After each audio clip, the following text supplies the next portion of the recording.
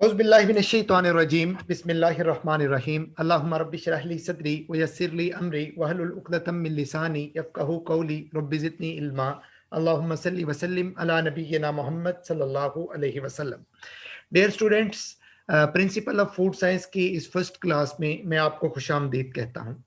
आपके सामने बेटा एक बुक का सर वर्क नज़र आ रहा है जिसका टाइटल है फूड साइंस एंड टेक्नोलॉजी। आपके इस सब्जेक्ट का टाइटल है प्रिंसिपल ऑफ फूड साइंस। उसके मेजर कंटेंट हम इसी किताब से ही कवर करेंगे। इस किताब को डॉक्टर J.A. अमान ने लिखा है और इनका कंप्लीट नेम डॉक्टर जवेद अजीज अमान है, जो कि यूनिवर्सिटी ऑफ एग्रीकल्चर फैसलाबाद से बिलोंग करते हैं। अगर पाकिस्तान में इनको father of food science and technology कहा जाए तो ये बिल्कुल बेजा नहीं होगा।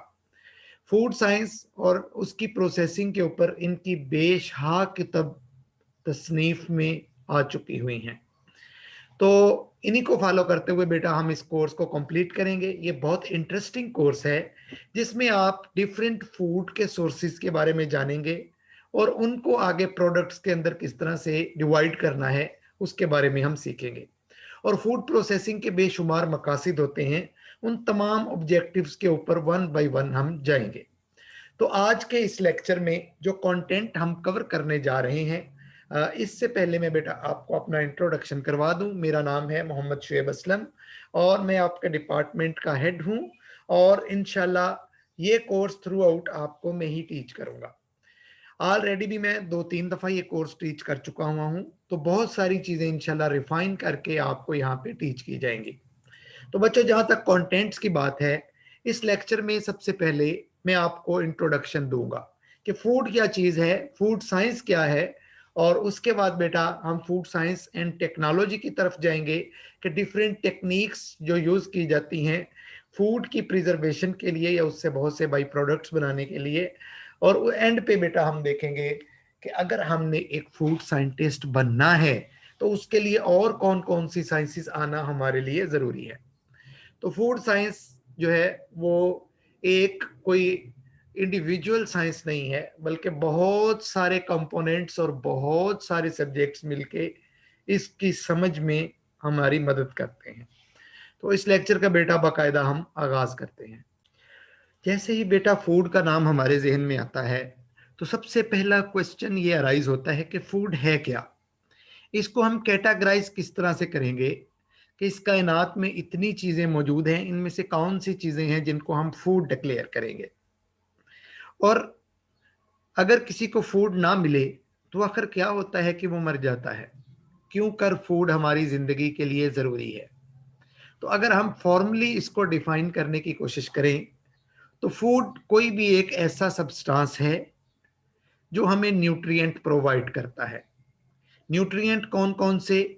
Carbohydrate, fat, protein, vitamin, mineral and water itself. Water एक वो न्यूट्रिएंट है जो मोस्ट अबंडेंट क्वांटिटी के अंदर आपको चाहिए होता है। आपकी बॉडी को नरिश करने के लिए जो भी चीज आपको न्यूट्रिएंट प्रोवाइड कर रही है, दैट इज फूड। आप नाश्ते में ब्रेड खाते हैं, आप लस्सी पीते हैं, आप चाय का एक कप नोश करते हैं, these are all food. Drug को इस कैटेगरी से हम अलग समझते हैं। ड्रग जो है वो उसकी chemical composition non chemical composition होती है और यूजली जो ड्रग्स हैं उनको हम मसनूई तरीके से बनाते हैं, वो सिंथेटिक होती हैं, नेचुरल नहीं होती। और फूड जो है वो नेचुरल होती है। तो बेटा फूड क्यों चाहिए, अगला क्वेश्चन जो अराइज होता है। जिस तरह से आपने देखा होगा किसी व्हीकल को चलाने के लिए फ्यूल की जरूरत होती है, इसी तरह से बेटा हमारी बॉडी भी एक मशीन के तौर पे एक्ट करती है जो बहुत सारे फंक्शन परफॉर्म कर रही होती है। उन तमाम फंक्शंस को परफॉर्म करने के लिए जो बुनियादी चीज चाहिए वो एनर्जी है। फूड की ऑक्सीडेशन के थ्रू हमें एनर्जी मिलती है। इसके अलावा फूड हमारी बॉडी की मेंटेनेंस के लिए ज़रूरी है। आपका मसल मेस इतना ही रहे, इस चीज़ को मेंटेन करने के लिए और एश्योर करने के लिए फूड ज़रूरी होती है। उसके अलावा बेटा फूड आपकी ग्रोथ के लिए भी ज़रूरी है। फूड आपको बहुत सारी डिजीज़ से भी बचाती है फूड आपके आर्गन्स की डेवलपमेंट के लिए भी जरूरी है। फूड बेटा आपके बॉडी के टिश्यूज को मेंटेन भी करती है। तो ये तमाम रोल्स जो है वो फूड प्ले कर रही होती है। और फूड हमें स्टाइटी प्रोवाइड करती है, हमें भूख की जो वो जहमत है उससे बचाती है। तो इन तमाम फंक्शंस को, फूड के इन तमाम फंक्शंस को बेटा हम इन डिटेल आगे जानते जाएंगे। लेकिन मेजर फोकस जो हमारा है इस सब्जेक्ट में वो composition of food, preservation of food और प्रोसेसिंग ऑफ फूड के ऊपर रहेगा। तो फूड प्रोसेसिंग क्या होती है? कोई भी चीज बेटा जो कुदरती हालत में हमें मिलती है वो रॉ फूड है। और अगर उसके ऊपर हमने कोई भी तकनीक अप्लाई कर दी है वो प्रोसेस्ड फूड है। फॉर एग्जाम्पल, एक फ्रेशली लेड एग हमें मिला, that is a raw food. उसी एग को अगर हम फ्राई कर लें, that is a processed food. इसी तरह से बेटा मिल्क है, तो मिल्क हमें मिला रॉ फॉर्म के अंदर, जिसको अभी हमने मिल्किंग की ही किसी एनिमल की, और वो जो मिल्क मिला उसको हम रॉ मिल्क कहेंगे। लेकिन जैसे ही इस मिल्क को हम हीट प्रोसेसिंग करेंगे, इसकी जस्ट हमने हीटिंग की है उसकी, तो वो एक प्रोसेस्ड मिल्क हो जाएगा। इसी तरह से बेटा फ्रूट्स हैं, उनको आपने प्लक किया टहनी से, उस वक्त वो रॉ फॉर्म में है। लेकिन अगर आपने उनकी कटिंग करके साल्टिंग भी कर दी तो वो प्रोसेस्ड फूड के अंदर कन्वर्ट हो जाएंगे, या पीलिंग भी अगर आपने कर दी है। तो food processing involve any operation or operations that will alter the value of food. एक सिटा अगर आप खरीदने के लिए जाते हैं मकई का, वो आपको 5 रुपए का मिलता है। लेकिन अगर वही आप भुना हुआ सिट्टा लेते हैं तो वो आपको 20 रुपए का मिलेगा। सिर्फ आपने उसको हीट प्रोवाइड करके उसकी कुकिंग कर दी, और इस कुकिंग ने उसकी वैल्यू को अल्टर कर दिया है। तो कोई भी ऐसा ऑपरेशन जो किसी फूड की वैल्यू को अल्टर कर दे, दैट इज फूड प्रोसेसिंग। और इसमें वॉशिंग से लेके कटिंग तक, फ्राइंग तक, कोई भी प्रोसेस या प्रिजर्वेशन के लिए आपको स्पेशल टेक्निक इस्तेमाल कर रहे हैं, एनी टेक्निक यूज्ड, उसको हम फूड प्रोसेसिंग के अंदर काउंट करते हैं। अब सवाल ये पैदा होता है कि फूड प्रोसेसिंग के मकासद क्या हैं? अगर मिल्क हमें रॉ फॉर्म में मिला है तो हम उसे उसी तरह कंज्यूम क्यों नहीं कर लेते? अगर एग हमें रॉ फॉर्म में मिला है तो उसको भी वैसे ही क्यों नहीं खा लेते? तो बेटा फूड प्रोसेसिंग की ज़रूरत हमें इसलिए पड़ती है क्योंकि समटाइम एक तो फूड्स के अंदर हमने डिफरेंट कलर और फ्लेवर ऐड करने होते हैं। अपनी पसंद का फ्लेवर, टेक्सचर और कलर बनाने के लिए हम फूड की प्रोसेसिंग करते हैं।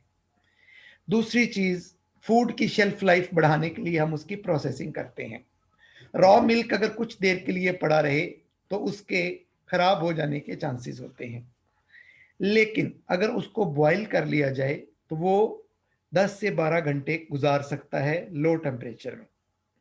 तो इसलिए फूड प्रोसेसिंग का एक ऑब्जेक्टिव फूड प्रिजर्वेशन भी है, यानी उसकी शेल्फ लाइफ को इंक्रीज करना। दूसरी चीज बेटा कंज्यूमर कन्वीनियंस है। आप लेज का पैकेट परचेज करते हैं किसी शॉप से, ओपन करते हैं और बड़ा कन्वीनियंटली उसको कंज्यूम कर लेते हैं। और यही अगर आपको घर में चिप्स चाहिए हो, आप पहले पोटैटो परचेज करेंगे, उसके बाद उनकी पीलिंग करेंगे, उसके बाद उनकी फ्राइंग करेंगे, और फ्राइंग करने के बाद आप उनको कंज्यूम करेंगे। तो ये एक कन्वीनियंस है जो फूड प्रोसेसिंग की बदौलत हमें मिलती है। इसके बाद बेटा प्रिजर्वेशन ऑफ न्यूट्रिएंट्स। आपने देखा होगा कि जैम जो है उसके अंदर वो फ्रूट्स का ही जैम बनता है, लेकिन कितने अरसे तक वो उसको स्टोर किया जा सकता है। सब्जियों का ही अचार बनता है, उसको कितनी मुद्दत तक हम चला सकते हैं। इसी तरह बेटा जो चीज़ें टेट्रा पैक के अंदर जिनकी पैकेजिंग की जाती है, उनको हम कई कई माह तक प्रिजर्व कर सकते हैं। तो फूड प्रोसेसिंग का एक मकसद फूड प्रिजर्वेशन भी है। ये तमाम ऑब्जेक्टिव्स हैं जो फूड प्रोसेसिंग की वजह से, जिनकी वजह से हम फूड प्रोसेसिंग की तरफ जाते हैं।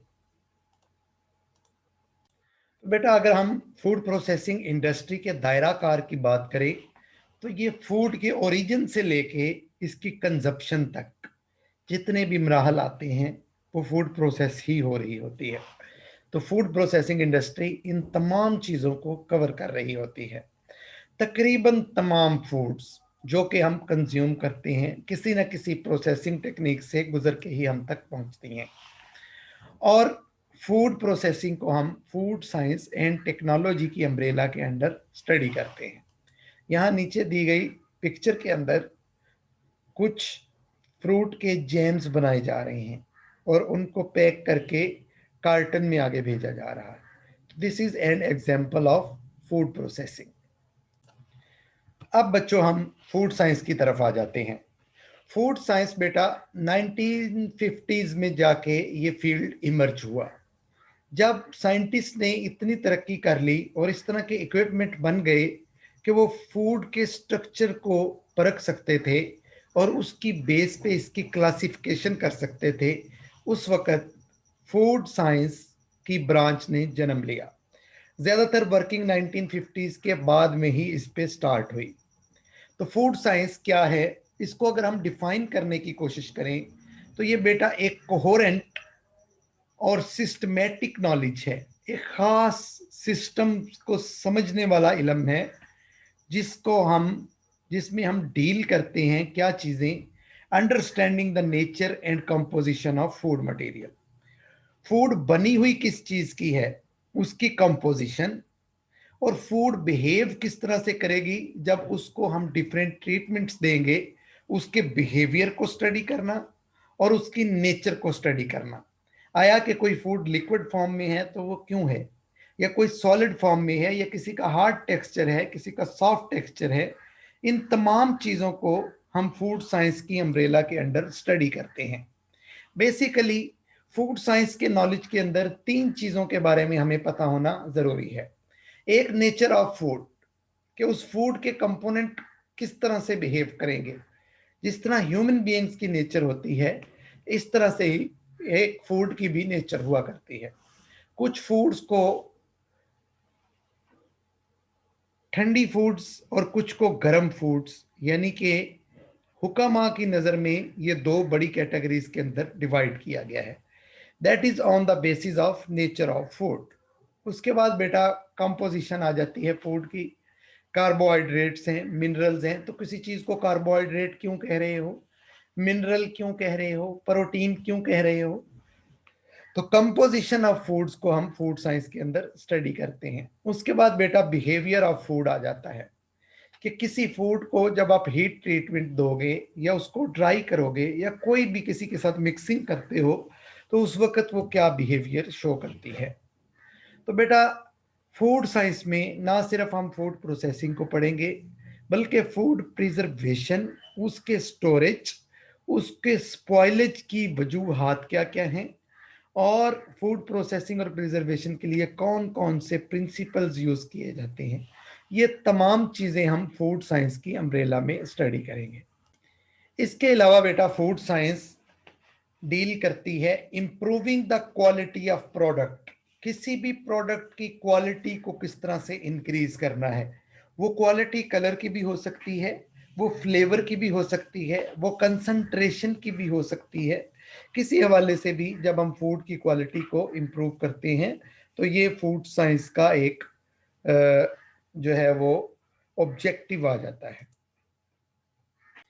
अब बेटा फूड साइंस एंड टेक्नोलॉजी जो है वो इनको अल्टरनेटिवली यूज़ किया जाता है। ये एक ही तरह की टर्म्स हैं हमारे इस प्रेजेंट इरा में, और ये डिस्क्राइब करती हैं कि कौन कौन सी चेंजिंग्स होंगी जिनसे फूड पास करेगी from farm up to fork. Farm का मतलब कि जब वो कल्टीवेट हो चुकी हुई है, फार्म में मौजूद है। अप टू फोर्क का मतलब कि जब वो आपकी प्लेट में पहुंच चुकी है। आपने देखा होगा बेटा, पहले कोई भी फसल उसको कल्टीवेट किया जाता है। लेट्स सी वीट है, वीट की कल्टीवेशन के बाद उसकी हार्वेस्टिंग होती है, उसके पकने के बाद फिर उसके बाद इसको इसकी मिलिंग की जाती है, आटे में इसको कन्वर्ट किया जाता है, फिर इसकी फ्रेगमेंटेशन की जाती है। उसी वीट से अगर आप होल वीट निकालना चाहें, कंप्लीट आटा उसका, वो निकाल सकते हैं, या आप उसकी फ्रैक्शंस को अलग कर सकते हैं। जैसे सेमोलिना है, उसको हम अलग कर सकते हैं इसमें से, जिसको मैदा वगैरह बोलते हैं आप। तो उसके बाद आप मैदे से कुछ और प्रोडक्ट्स बनाएंगे, होल व्हीट से आप कुछ और प्रोडक्ट्स बनाएंगे। फॉर एग्जांपल बिस्किट बन रही हैं, रोटी बन रही है, उसके अलावा स्लाइस बन रहे हैं, कोई भी चीज़, उस ब्रेड के स्लाइस, तो कोई भी चीज़ आप इससे बना सकते हैं। तो ये पूरी की पूरी बेटा प्रोसेसिंग है जो इन्वॉल्व होती है from farm up to fork. तो फूड साइंस एंड टेक्नोलॉजी जो है उसको हम इस तरह से भी डिफाइन कर सकते हैं कि फिजिक्स, केमिस्ट्री, माइक्रोबायोलॉजी की application for the processing of food या उसकी प्रिजर्वेशन के लिए। तो ये तमाम फील्ड्स बेटा कहीं ना कहीं फूड साइंस एंड टेक्नोलॉजी के अंदर इन्वॉल्व होते हैं। और इसमें इसके अलावा इंजीनियरिंग का रोल भी बड़ा इंपॉर्टेंट है। जितने भी फूड इक्विपमेंट्स हैं उनकी अगर वर्किंग को आप समझना चाहें तो पहले आपको उस फूड इंजीनियरिंग की समझ आनी बेहद जरूरी है। फिर न्यूट्रिशन है कि कौन सी फूड कितने न्यूट्रिएंट आपको प्रोवाइड करेगी, ये जानना भी बेहद जरूरी है। तो इसको हम कॉम्प्रिहेंसिवली ऐसे डिफाइन कर सकते हैं कि फूड साइंस एंड टेक्नोलॉजी में be defined as application of physics, chemistry, microbiology, engineering, nutrition to the handling and processing of food and storage of food भी आप उसको कह सकते हैं। अगर बेटा हम डेफिनेशन देखें ना फूड साइंटिस्ट की या फूड टेक्नोलॉजिस्ट की, उस पर्सन की जिसके पास फूड साइंस का नॉलेज है या जो फूड टेक्नोलॉजी से वाकिफ है, तो ये वो शख्स होगा जिसके पास मुकम्मल अंडरस्टैंडिंग है किस चीज की, कि वो फूड की नेचर को समझ सके, फूड को हैंडल किस तरह से करना है उसको पता हो, और फूड की प्रोसेसिंग किस तरह से करनी है। ये तमाम चीजों की प्रॉपर अंडरस्टैंडिंग जिस शख्स को होगी उसको हम फूड साइंटिस्ट या फूड टेक्नोलॉजिस्ट कहेंगे। अब फूड बेटा एक बड़ी डाइवर्स चीज है। दुनिया के अंदर हजारों किस्म की फूड प्रोडक्ट्स मौजूद हैं और उनकी कंपोजिशन भी एक दूसरे से मुख्तलिफ है और उनका बिहेवियर भी। तो फूड साइंस का नॉलेज एक बड़ा कॉम्प्लेक्स नॉलेज है और इसके लिए एक मल्टी डिसिप्लिनरी अप्रोच चाहिए होती है। यूजुअली बेटा जो टीम होती है फूड साइंस और टेक्नोलॉजीज की, वो एक्सपर्ट होती है दूसरे डिसिप्लिन में भी। उनको फिजिक्स का भी, केमिस्ट्री का भी, इंजीनियरिंग का भी, न्यूट्रिशन का भी, डिफरेंट चीज़ों का इनको आइडिया होता है। तो इसलिए फूड साइंस और टेक्नोलॉजी में अगर आप अपना कैरियर बनाना चाहते हैं तो बैकग्राउंड एजुकेशनल ब्रॉट अप आपका बहुत ज़रूरी होता है। ये तमाम चीज़ें अगर आप सीखेंगे तो फिर ही आप एक अच्छे फूड टेक्नोलॉजिस्ट बन सकते हैं। अब बेटा फूड साइंटिस्ट का रोल क्या है, फूड टेक्नोलॉजिस्ट ने करना क्या कुछ है, यही चीज़ें हम डिस्कस करते आ रहे हैं। अब वो रिस्पॉन्सिबल होता है एक तो सेफ फूड की प्रोडक्शन के लिए, वो माइक्रोबायोलॉजिकली भी सेफ हो, वो फिजिकली भी सेफ हो, हर तरीके से उसने फूड सेफ्टी को एश्योर करना होता है। उसका टेस्ट ऐसा होना चाहिए कि जो एक्सेप्टेबल हो, उसकी अपीयरेंस अपीलिंग होनी चाहिए और उसके अंदर न्यूट्रिएंट मुकम्मल मौजूद होने चाहिए और वो प्रोसेस्ड फूड भी हो। इन तमाम चीज़ों का एक फुल फ्लेज पैकेज ये फूड साइंटिस्ट या टेक्नोलॉजिस्ट ने बनाना होता है। अब ये कौन कौन से फंक्शन हैं या कौन कौन सी रिस्पॉन्सिबिलिटीज हैं जो एक फूड साइंटिस्ट से एक्सपेक्ट की जा सकती हैं। एक तो वो आपको इस मामले में रहनुमाई करेगा कि कोई भी फूड प्रोडक्ट अगर आप बनाना चाहते हैं उसके लिए न्यू और प्रॉपर रॉ मटेरियल आप सिलेक्ट करें। अब वो चूंकि फूड की साइंस, उसकी कंपोजिशन, उसकी केमिस्ट्री को जानता होता है, तो उसको पता है कि किस रॉ मटेरियल को किसके साथ मिक्स करेंगे और उससे किस किस्म का टेक्सचर और किस टाइप का प्रोडक्ट प्रोड्यूस होगा। दूसरी चीज बेटा, वो फूड कंपोजिशन के अंदर जितनी भी फंडामेंटल चेंजेस आती हैं उनको समझता हो। ऑयल किस तरह से किसी फूड के अंदर जाके बिहेव करेगा, या किसी एग सोर्स को अगर हम किसी चीज में ऐड करते हैं तो उससे फूड के टेक्सचर में, उसकी कंपोजिशन में क्या क्या चेंजिंग्स आएंगी और उसको किस टेम्परेचर तक आप लेके जा सकते हैं। ये तमाम चेंजेस जो फंडामेंटल चेंजेस हैं जो फूड के अंदर प्रोसेसिंग के दौरान आती हैं, उनके बारे में उसको इल्म होना चाहिए। और आपको पता है बेटा, हर दिन कुछ ना कुछ नए प्रोडक्ट बन के मार्केट के अंदर आ रहे हैं। शुरू में योगर्ट आई और अब योगर्ट स्टीरर फॉर्म के अंदर भी आ रही है। अरब कंट्रीज में उसको लबन का नाम दिया जाता है। तो वो जो स्टीरर्ड योगर्ट है, जिसको हम अपनी ज़बान में लस्सी बोलते हैं, वो एक न्यू प्रोडक्ट है जो डेवलप किया गया। इसी तरह एक वक्त था शवरमा, जो यहाँ पे कभी इंट्रोड्यूस नहीं हुआ था। ये भी अरब कंट्रीज में और यूरोपियन कंट्रीज में पहले इसका ट्रेंड चला, तो उसके बाद बेटा ये पाकिस्तान के अंदर भी इसका ट्रेंड आया है। अब उसमें चिकन को एक खास तरीके से प्रोसेस किया जाता है और डिफरेंट टाइप के प्रोडक्ट्स जैसे मायनीज हैं या जैसे डिफरेंट सॉसेजेस हैं उनको अप्लाई किया जाता है। तो ये सारी चीज़ें अप्लाई करके वो एक न्यू प्रोडक्ट डेवलप किया जाता है। तो फूड साइंटिस्ट जो है उसको पता होना चाहिए कि उसने किस तरह से एक न्यू प्रोडक्ट को डेवलप करना है। फूड प्रोसेसिंग के दौरान बेटा बहुत सारी तब्दीलियां फूड में ऐसी वकूअ पजीर होती हैं जो कि अनडिजायरेबल हैं। समटाइम अगर आप मिल्क की हाई हीट ट्रीटमेंट कर देते हैं तो उसके अंदर बैड फ्लेवर आ जाता है। अब मिल्क की ट्रीटमेंट हम कर रहे हैं माइक्रोब को किल करने के लिए, लेकिन उसकी वजह से बैड फ्लेवर प्रोड्यूस हो रहा है। इस इशू को किस तरह से सॉर्ट आउट किया जाए, टेम्परेचर के अंदर कितनी फ्लक्चुएशन की जाए या कितनी देर के लिए उसका टाइम उसको रिड्यूस कर दिया जाए जो टेम्परेचर हम अप्लाई कर रहे हैं। तो ये सारी चीज़ें, इनकी अंडरस्टैंडिंग भी एक फूड टेक्नोलॉजिस्ट को होनी चाहिए। और टेक्निकल प्रॉब्लम्स जितने भी ड्यूरिंग प्रोसेसिंग और प्रिजर्वेशन या डिस्ट्रीब्यूशन आते हैं उनको सॉर्ट आउट करना भी उसे आना चाहिए। तो बेटा इस तरीके से हमने जाना कि एक फूड साइंटिस्ट या टेक्नोलॉजिस्ट का रोल कितना वाइड है। फूड सेफ्टी बेटा एक ऐसा सब्जेक्ट है जो कि हमारी हेल्थ के रिलेटेड बहुत ज्यादा है। किसी फूड के आपने कुछ वाकयात सुने होंगे, फूड खाने से कुछ लोगों की डेथ हो गई। क्या होता है कि फूड में माइक्रो ऑर्गेनिज्म आते हैं और वो फूड प्रोडक्ट को कंज्यूम करके कुछ टॉक्सिन्स प्रोड्यूस करते हैं, और वो टॉक्सिन जब आप खाते हैं तो उससे आपको जो है वो कोई ना कोई मेल इफेक्ट उसका आता है आपकी बॉडी के अंदर जाके। तो फूड बॉर्न पैथोजेंस और टॉक्सिन्स, इनकी डिटेक्शन के हवाले से बहुत ज्यादा हमें हेल्प मिली है फूड सेफ्टी के बारे में स्टडीज करने से। आपको पता है बेटा, फूड एलर्जेंस एक अलग से एक पूरा टॉपिक है जो न्यूट्रिशन से बहुत रिलेटेड है। और फूड एलर्जेंस में हम पढ़ते हैं कि कौन सी फूड ऐसी है जिससे एलर्जीज हो सकती हैं।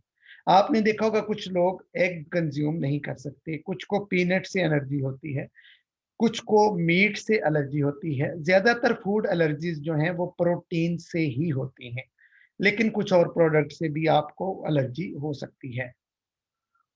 तो फूड एलर्जीज या फूड सेंसिटिविटी और डिफरेंट डिजीजेस जो फूड के साथ हम को रिलेट करते हैं, उनके बारे में बेटा हमने अगर समझा है तो वो फूड सेफ्टी की बदौलत है।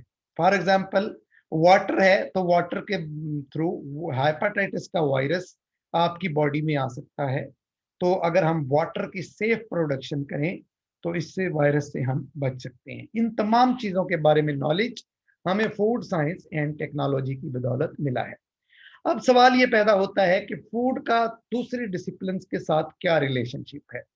जैसे कि शुरू में हमने इंजीनियरिंग, बायोलॉजी, माइक्रोबायोलॉजी और ये जो है फिजिक्स, इनका जिक्र किया। इनके साथ फूड किस तरह से कोरिलेट करती है, अब इस चीज को हम समझने की कोशिश करते हैं।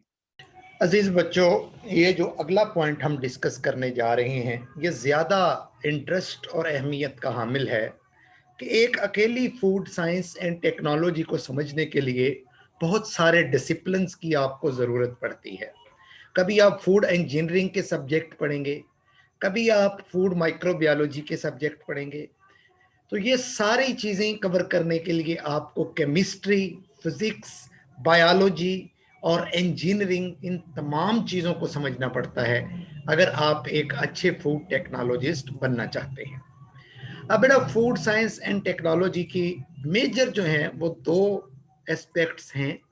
एक है साइंटिफिक एस्पेक्ट, जो कि आप इसका मेजर फील्ड के जितने भी सब्जेक्ट होंगे उनको पढ़ के इसके साइंटिफिक एस्पेक्ट्स को आप समझ सकते हैं। लेकिन इसके टेक्नोलॉजिकल एस्पेक्ट्स, जो डिफरेंट टेक्निक्स हम यूज करते हैं for the purpose of food processing, इसके लिए हमें दूसरे फील्ड्स की भी जरूरत पड़ेगी। तो ये जो फूड टेक्नोलॉजी है, ये बेटा इसके जो कंपोनेंट्स हैं बहुत सारे, उनको हम वन बाय वन अब देख लेते हैं। सबसे पहले फूड केमिस्ट्री की बात आती है। केमिस्ट्री में आपको बेटा पता है, हम एटॉमिक लेवल के ऊपर किसी भी चीज को स्टडी करते हैं। फूड की केमिस्ट्री कि ये उसकी कंपोजिशन क्या है, ये हमें केमिस्ट्री से पता चलेगा। कार्बोहाइड्रेट, मिनरल, प्रोटीन, इसको हम डिफरेंशिएट करेंगे, केमिस्ट्री के बेस पे करेंगे।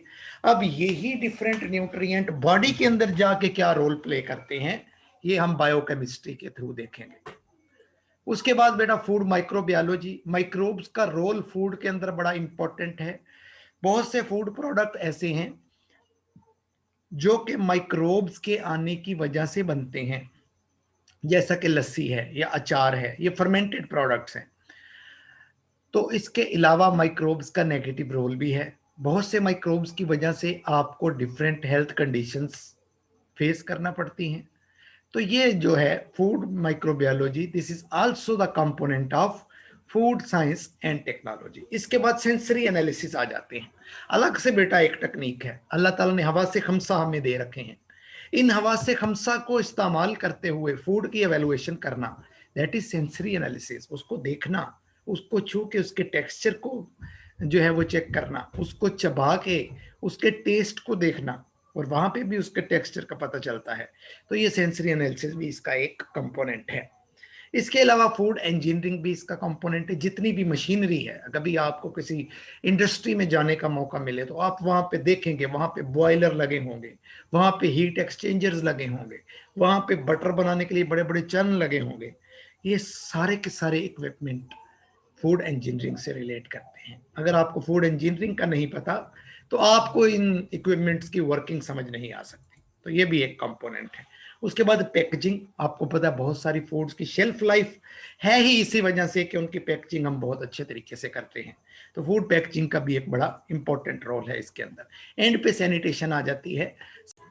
सबसे पहले मेरे बच्चों, फिजिक्स का रोल। फिजिक्स किस तरह से अपना रोल प्ले करती है फूड टेक्नोलॉजी की डेवलपमेंट में, फूड प्रोसेसिंग में।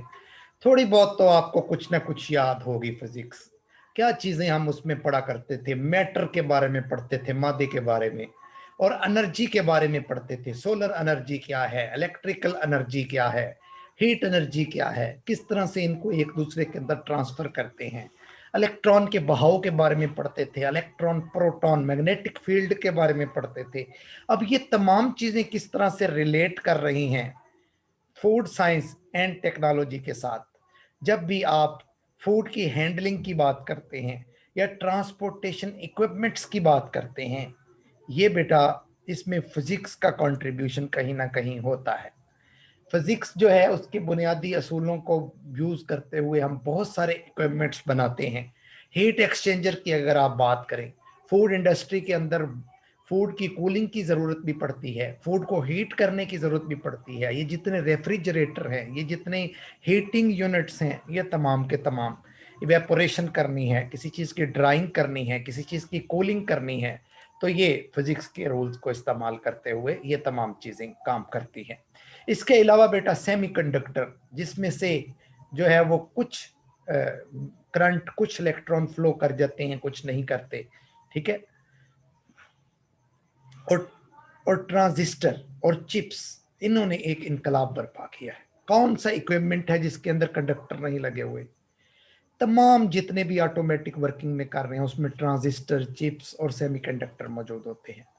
तो ये भी बेटा एक बड़ा इंपॉर्टेंट कंट्रीब्यूशन है फिजिक्स का फूड साइंस में। उसके बाद जब हम फूड एनालिसिस की बात करते हैं तो उन एनालिसिस के लिए भी हमें डिफरेंट इक्विपमेंट्स चाहिए होते हैं। वो तमाम इक्विपमेंट्स जो हैं, अगर आप फिजिक्स को जानते हैं तो फिर ही उनको यूटिलाइज भी कर सकते हैं और उनको, उनकी बनावट भी उस तरीके से कर सकते हैं।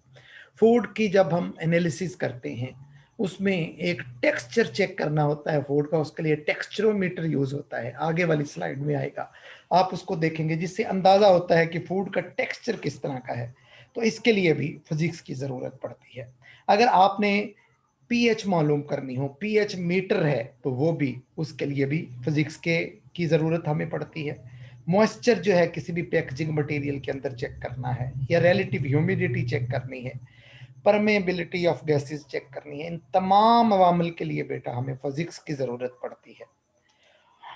और ये आपके सामने एक टेक्सचरोमीटर है जिसके नीचे कोई भी फूड प्रोडक्ट रख दिया जाता है और इसकी नीडल उसके अंदर इंसर्ट की जाती है, और ये जितनी फोर्स इसकी लगती है उसकी बेसिस के ऊपर टेक्सचर की रेजिस्टेंस को हम इंडिकेट करते हैं।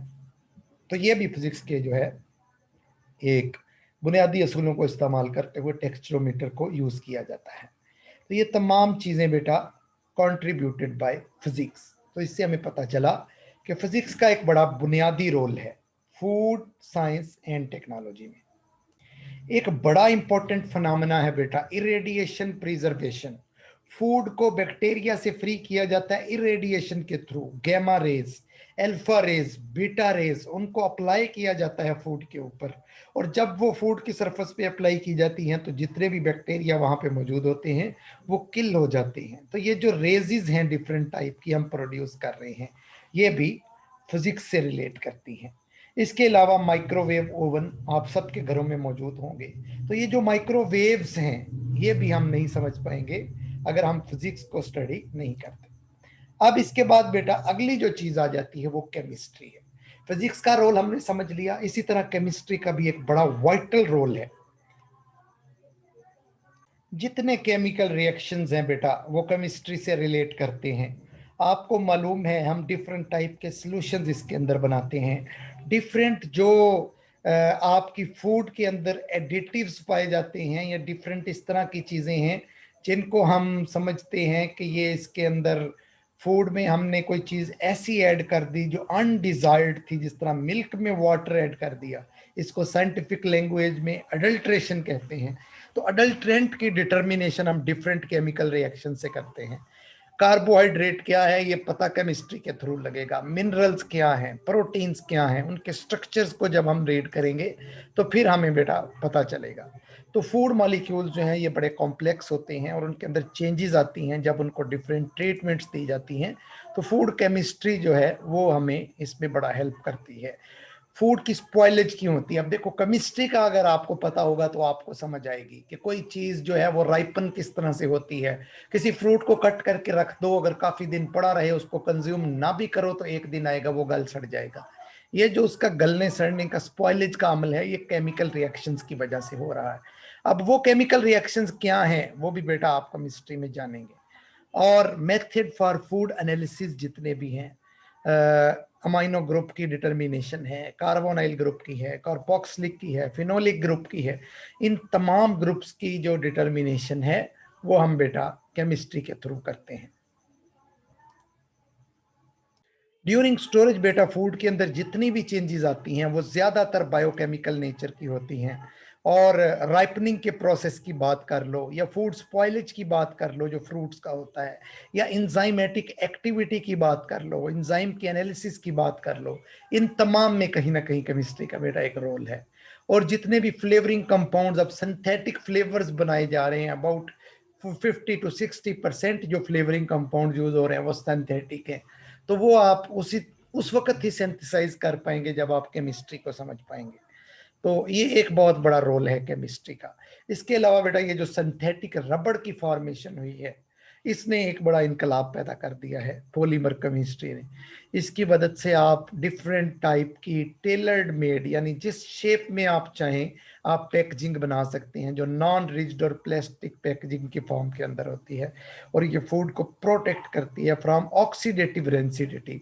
रेंसिडिटी असल में फैट्स का स्पॉइल हो जाना है, और ऑक्सीडेटिव क्या मतलब कि ऑक्सीजन की मौजूदगी में। तो हम इस पैकेजिंग को एज अ बैरियर यूज करते हैं और ऑक्सीजन का खुराक के साथ कांटेक्ट नहीं होने देते, जिसकी वजह से ऑक्सीडेटिव रेंसिडिटी नहीं हो पाती। तो इन तमाम बातों का बेटा लुबे लुबाब ये है कि knowledge of chemistry and biochemistry is of immense value to the food technologist. Food technologist उस वक्त तक अच्छा नहीं बन पाएगा जब तक केमिस्ट्री और बायोकेमिस्ट्री को समझ नहीं लेता। इसके बाद बेटा बायोलॉजी की बात आती है, जिसका मैक्सिमम कंट्रीब्यूशन है इसके अंदर और आपका एक मेजर फील्ड भी है। अब biology is the study of living things. Living things क्या है? एनिमल को आप बतौर फूड कंज्यूम कर रहे हो, लिविंग थिंग्स है। प्लांट्स को आप बतौर फूड कंज्यूम कर रहे हो, लिविंग थिंग्स है। अब इन लिविंग थिंग्स को अंडरस्टैंड करना, फूड इनके अंदर जाके किस तरह से इंटरेक्ट करेगी, फूड को ऑब्जॉर्ब किस तरह से करना है, फूड को डाइजेस्ट कैसे करना है, और फूड जो है वो आपकी बॉडी के साथ, डिफरेंट जीन्स के साथ या आपकी बॉडी के डिफरेंट सेगमेंट्स के साथ किस तरीके से इंटरेक्ट करती है, ये तमाम चीजें बायोलॉजी के थ्रू मौजूद मिलेंगी हमें। पैरासाइट्स के बारे में हम जानेंगे, पैथोलॉजी के बारे में हम जानेंगे, एनाटॉमी के बारे में हम जानेंगे। ये तमाम चीजें बेटा, फिजियोलॉजी के बारे में हम जानेंगे। ये बायोलॉजी की मरहूम मिन्नत है। तो ये नामुकम्मल होगी यकीनी तौर पे फूड साइंस एंड टेक्नोलॉजी अगर बायोलॉजी का नॉलेज हमारे पास नहीं है। अब आपको पता है दिन ब दिन नई तरह की ब्रीड्स प्रोड्यूस की जा रही हैं प्लांट्स की। तो ये उनकी हेब्राडाइजेशन करवा के या डिफरेंट उनके अंदर जेनेटिक मेकअप को तब्दील करके प्लांट ब्रीडिंग एंड जेनेटिक्स एक अलग से ब्रांच है जो नई नई वैरायटीज डिफरेंट फूड्स की आपको इंट्रोड्यूस करवाती है। तो ये बेटा जो है वो बायोलॉजी का रोल है। बॉटनी जो है और प्लांट ब्रीडिंग और जेनेटिक्स, प्लांट फिजियोलॉजी, ये तमाम चीजें बेटा जो है बायोलॉजी के थ्रू हमें पता चलती हैं। प्लांट पैथोलॉजी के प्लांट के अंदर कौन कौन सी डिजीजेज हैं और किस तरह से वो फैलती हैं, तो इसका नॉलेज जो है वो हमें बायोलॉजी के थ्रू मिलता है। इसको जानने के बाद हम इन इन बीमारियों को तलफ कर सकते हैं, इनका कोई सद्देबाप कर सकते हैं। एंटोमोलॉजी, डिफरेंट टाइप के कीड़े मकोड़े, पेस्ट जो कि प्लांट्स को स्पॉइल करते हैं, उनके बारे में अगर हमने जानना है तो वो भी बायोलॉजी के थ्रू जान सकते हैं। उसके अलावा बेटा पैरासाइट्स हैं डिफरेंट टाइप के, वो एनिमल्स में भी हो सकते हैं, प्लांट्स में भी हो सकते हैं। तो ये तमाम एस्पेक्ट्स जो हैं ये बायोलॉजी से रिलेट करते हैं। उसके बाद बेटा यहीं तक बात खत्म नहीं होती, बल्कि आपकी बॉडी में जब कोई फूड जाती है और वो बॉडी में जाके उसकी एब्जॉर्प्शन, डाइजेशन, मेटाबॉलिज्म किस तरीके से होगा, ये सारी चीजें बायोलॉजी के साथ हम इनको रिलेट करते हैं। स्पेशली जब हम कोई इस तरह का प्रोसेस एस्टेब्लिश करना होता है जिसमें हमने एंटी न्यूट्रिएंट फैक्टर्स को खत्म करना होता है या फूड को फोर्टिफाई करना होता है, उस वक्त जो है वो बायोलॉजी की ज्यादा हमें हेल्प की जरूरत पड़ती है कि ये आपकी बॉडी में जाके किस तरह से ये चीजें रिएक्ट करेंगी। तो पूरा डाइजेस्टिव सिस्टम जो है वो बायोलॉजी में हम डिस्कस करते हैं। इसके बाद बेटा माइक्रोबायोलॉजी एक वो ब्रांच है लिविंग थिंग्स की स्टडी की, जिसमें हम उन लिविंग थिंग्स को स्टडी करते हैं जिनको आप नेकेड आई से नहीं देख सकते। अब ये जो माइक्रोब्स हैं इनका रोल बड़ा स्पेशल है, पॉजिटिव भी है, नेगेटिव भी है, स्पॉइलेज एजेंट के तौर पे भी हैं और कभी कभी ये डिजायरेबल भी हो जाया करते हैं। अब माइक्रो ऑर्गेनिजम्स को आपने डिफरेंट प्रोसेसिंग टेक्निक्स के दौरान किल करना होता है, जिसमें पास्चराइजेशन है कि उसको बॉइल करो किसी चीज को, या स्टेरलाइजेशन है, इसमें हाई टेम्परेचर के ऊपर उसको हीट दी जाती है, या इरेडिएशन की अगर हम बात करें तो इसमें डिफरेंट टाइप की रेडिएशंस को यूज किया जाता है माइक्रो ऑर्गेनिजम्स को किल करने के लिए।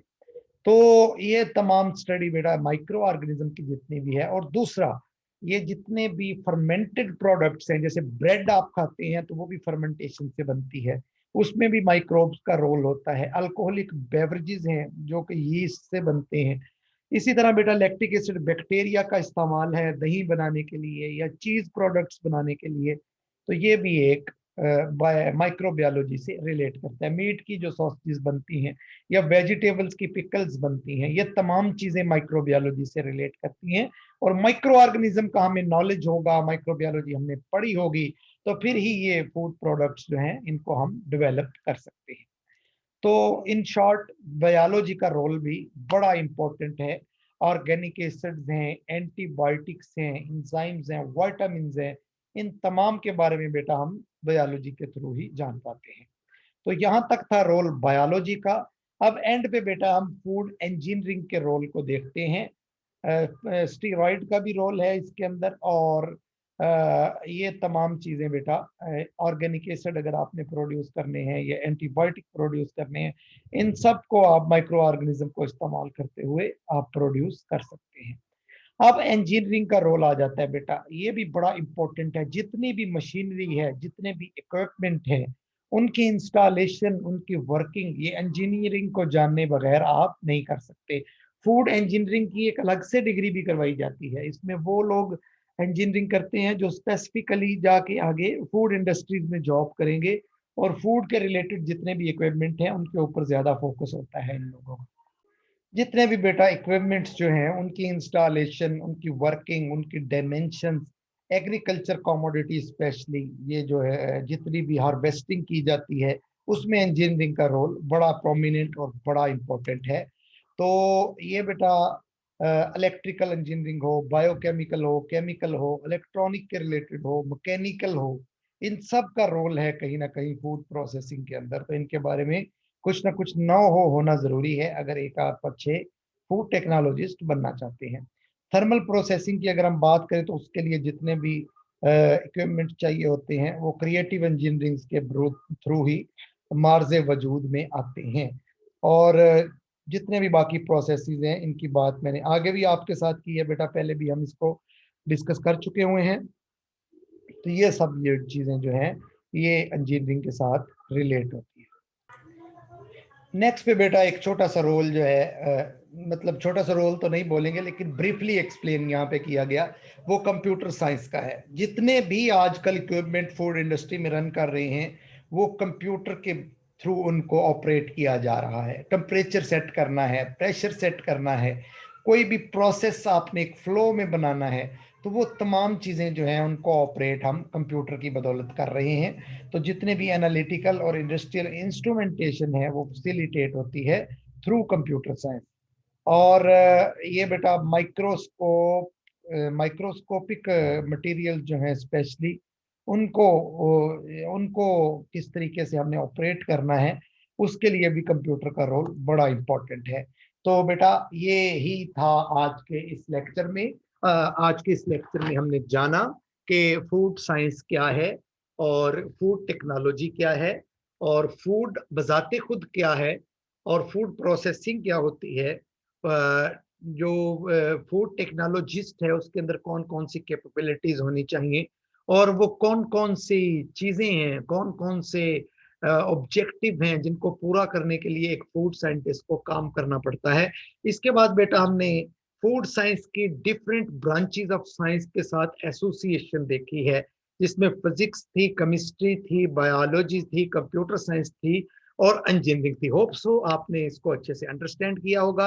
अगले लेक्चर में इंशाल्लाह दोबारा मिलेंगे एक नए टॉपिक के साथ। तब तक अपना बहुत सा ख्याल रखिए।